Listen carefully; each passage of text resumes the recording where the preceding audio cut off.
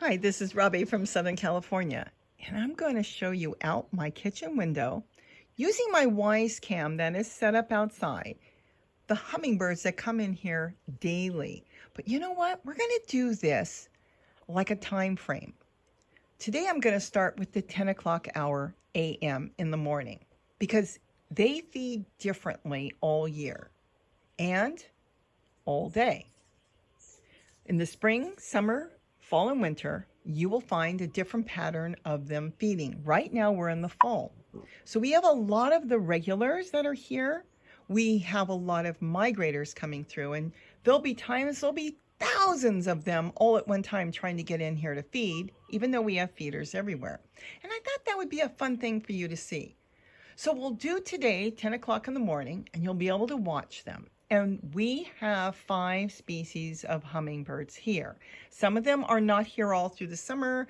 They go up north, they breed and they come back. Others just stop here for a while, and by winter they go back into Mexico or Central America. They move around. And then, of course, we do have hummingbirds that stay here all year. The 5 that we see the most are the Annas.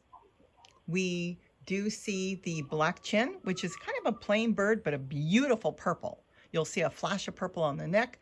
We have the Costas, and then the other 2 we see a lot are the Rufus and the Allens, which are so close that they're so hard to identify unless you catch them and look for certain feather markings that are slightly different. I will say that the Rufus are far more feistier, and those are the ones that are a little nasty. And those are easy to spot by their personality because the Allens seem to be more docile compared to the Rufus. The Rufus, a lot of them are supposed to leave and go up north to breed, but we have had them here even through spring and summer, so a few have struggled and stayed around here. There is another type, but we don't tend to get them in this area, so we're going to concentrate on those today. So you'll see how they feed through the 10 o'clock hour on a beautiful day, about 73 degrees, blue skies, so they can go forage in the garden, and no rain, clear, no overcast. And let's watch them feed. Now, this is just my kitchen window. That's what you're seeing here. And this I have to service multiple times a day. I do have to be here. Somebody's got to be here to fill the feeder. So if I'm not here, if I'm at the store, Gary can go through and clean the feeder and put it back up. I have double sets. So this way he can just grab a clean one, fill it up, and we keep the formula here ready to feed at all times. What we feed is 1/4 cup of sugar to 1 cup of water. Now, it doesn't have to be purified. If you can drink your water, then they can too, because remember, they're flying around and they're drinking in the garden and out of sprinklers and hoses and fountains and different things. But if you cannot drink your water, then you'd want to have purified water. Now, I, of course, make it by the gallon because I go through so much a day. I could go through 2, 3, 4 gallons a day. So I have to make it in a larger quantity. But when you're just feeding a couple birds, I would say 1/4 cup of white granulated sugar and 1 cup of water. It is a recipe. It's really not a formula. And the odd thing is, and it's all science, if you put together 1/4 cup of white granulated sugar and 1 cup of water, the volume that measures out will still be 1 cup. The sugar is sucrose. White table sugar is sucrose. So it actually incorporates into the water. That's why there's always a confusion as to how much did you do? What's the ratio? Yeah, the ratio is 1 to 4, but the point is it's actually a little different than that because going into the science aspect, it still stays the same as far as volume. Don't ask me. I'm not a scientist. All I am is a bird lover, and that's all I can tell you. But that's what you want to get. You do not want to use powdered sugar, brown sugar, raw sugar, because first of all, brown sugar has molasses. They cannot metabolize that. They may drink it, and it could cause them to perish. Powdered sugar has cornstarch in it. That's not good for them. They cannot metabolize that. The only thing their body can metabolize is sucrose, and that's what they're getting out of the nectar out of flowers. They also eat pollen, and they also eat insects, but we don't want to add anything to the water because they're coming here to get nectar. That's all they want.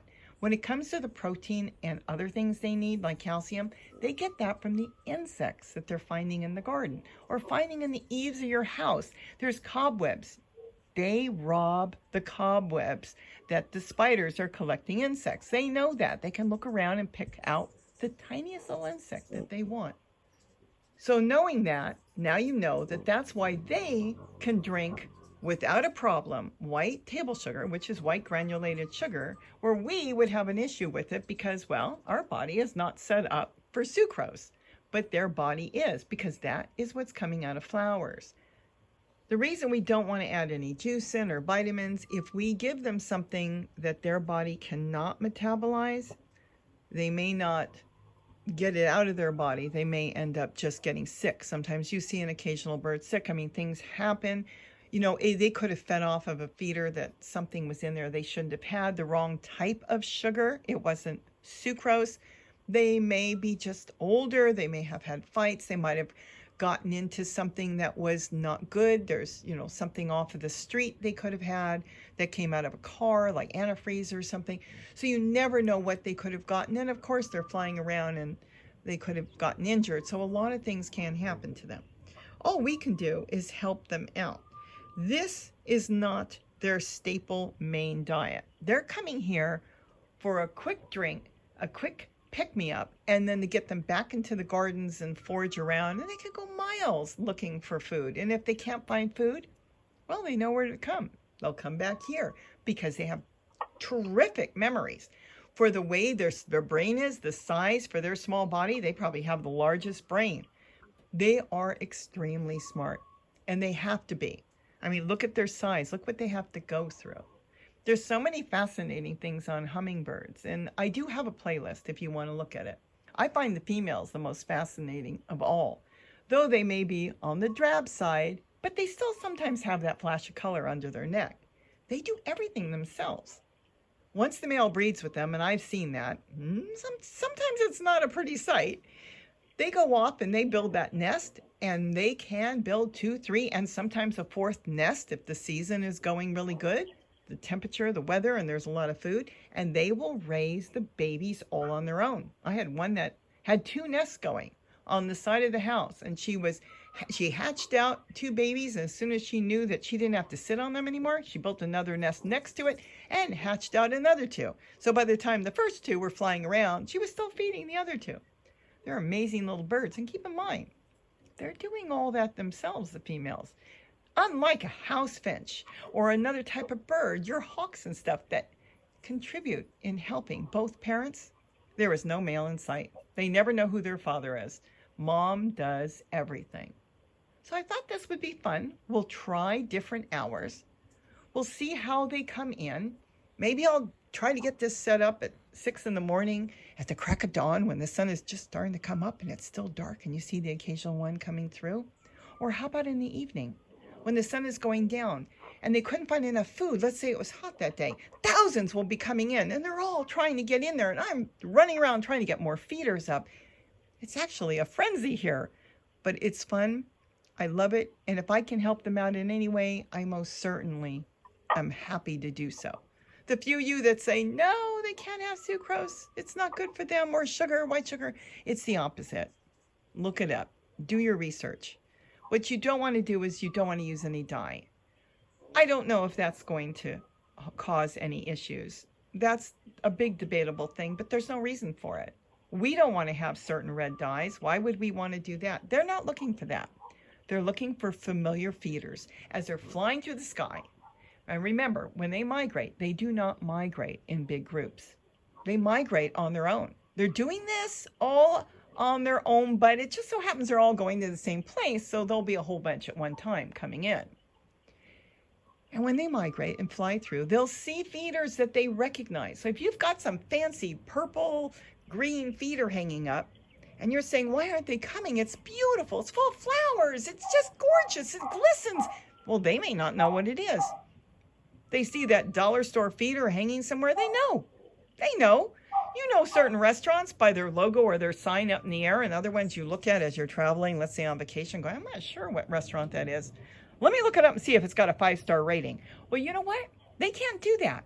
So they recognize feeders. So if you've got an issue with them feeding and they're not coming in, and let's say you do have some plants around, because remember, birds are going to go into a tree or brush and check things out before they come out into the open, and you've got all that, and maybe they don't recognize your feeders.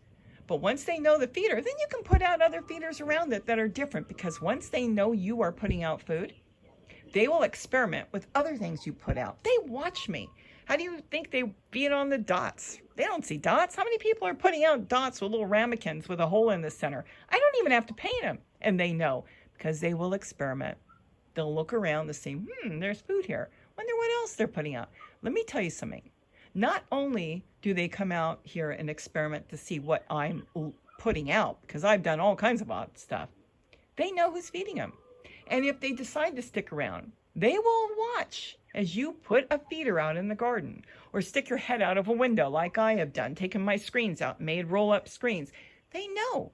Because how do I know they know? Because when those feeders are low, and let's say I've got 8 of them out the window and there's only one with food because I got busy in the garden and I forgot, they're going to find me in the garden. And they dive bomb me and they spin around my head and they do not leave me alone until I go back in the house, take those feeders down, clean them up. And I love using baking soda for washing. Wash them up. I keep it in a salt shaker. Clean it up and put their feeders out. And that's how I know they know who I am. So with that, enjoy this, ask questions, and don't forget to have a great day and eat what you grow. Bye-bye.